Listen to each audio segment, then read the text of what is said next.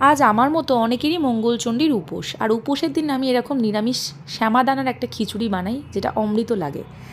ভালো করে মুগ ডালটাকে ভেজে নিতে হবে, একদম সোনালি রং করে ভেজে নিয়ে তারপর কড়াইতে দিলাম ঘি, এরপর জিরে ফোড়ন দিয়ে তারপর বাড়িতে যা যা সবজি থাকবে আমি দিয়েছি গাজর, বিনস, আলু, ক্যাপসিকাম, ভালো করে ভেজে নিয়ে টমেটো এবং কাঁচা লঙ্কা দিয়ে ভালো করে কষিয়ে লাস্টে আদা বাটা দিয়ে ভালো করে কষিয়ে ভেজে ধুয়ে রাখা মুগ ডাল এবং শ্যামাদানা দিয়ে জল দিয়ে দিতে হবে। এখানে দুটো টিপস তোমাদেরকে দেবো, যে সব কিছু দিয়ে দেওয়ার পর যে জলটা দেবে সেটা একেবারে দেওয়ার চেষ্টা করো, বারবার দিলে খিচুড়ির টেস্ট নষ্ট হয়।